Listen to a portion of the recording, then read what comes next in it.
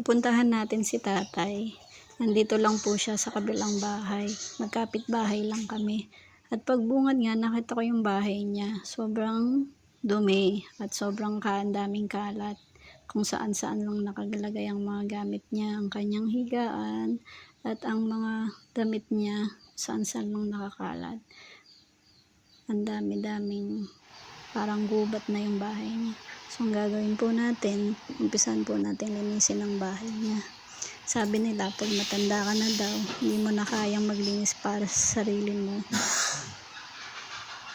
Ito ako na lang po ang gagawa para sa kanya. Nag-enjoy naman ako kasi alam ko ginagawa ko to para sa aking magulang.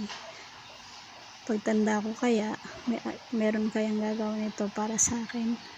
Sana pagtanda ko, gawin din ito ng anak ko para sa akin. So ngayon, unti-unti na po makikita natin, nawawala na yung kalat at lumilinis na yung sahig. Naka-tiles po yung kanyang bahay.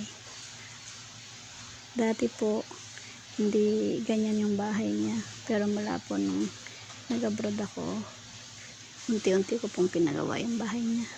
Pero dahil nandito na ako at di na po umalis ulit, so lagi na po nila akong kasama at paminsan-minsan pinupuntahan ko yung bahay niya, binibisita ko. Makikita po natin yan, malinis na, unti-unti nawala na po yung maraming kalat at naka-organize na rin yung kanyang higaan para pag uwi niya makapagpahinga siya ng maayos. At dito naman po tayo sa kanyang sala. So unti-unti po nating linisin din yan. Tinanggal ko yung mga makikita po natin kanina, yung mga damit niya na kalat-kalat, nilagay ko po sa lagayan ng kanyang damit. O yan, maaliwalas na rin ang kanyang sala. Diba? Pati ang kanyang kwarto naka-organize na rin. Pwede na siyang magpahinga ng maayos. At pagpunta po natin dito sa kusina, nakita ko rin po na sobrang dumi ng kanyang lababo. So pinunasan ko rin ito at sisimulan ko na rin hugasan.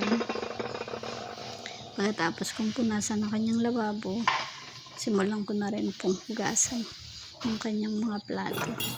So si tatay, sama-sama po kaming kumakain, pero pag kumain siya, uwi siya dito at dito niya dadalhin yung kanyang pinagkainan. So pag sinisipag siya at hugasan niya yung plato niya, pero pag hindi, tatambak niya lang dito.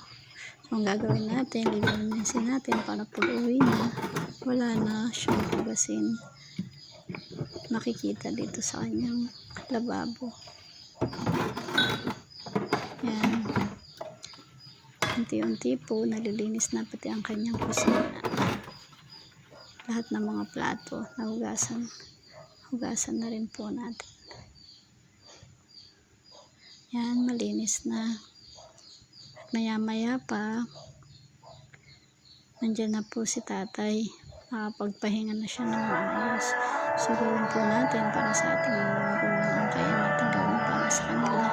Dahil pag hindi na natin gawin po natin ang lahat ng kaya natin gawin para sa ating mga magulang habang kasama natin sila at nakikita natin, dahil pag wala na sila, hindi na po nila ito ma-appreciate. Love and serve your parents. Good day!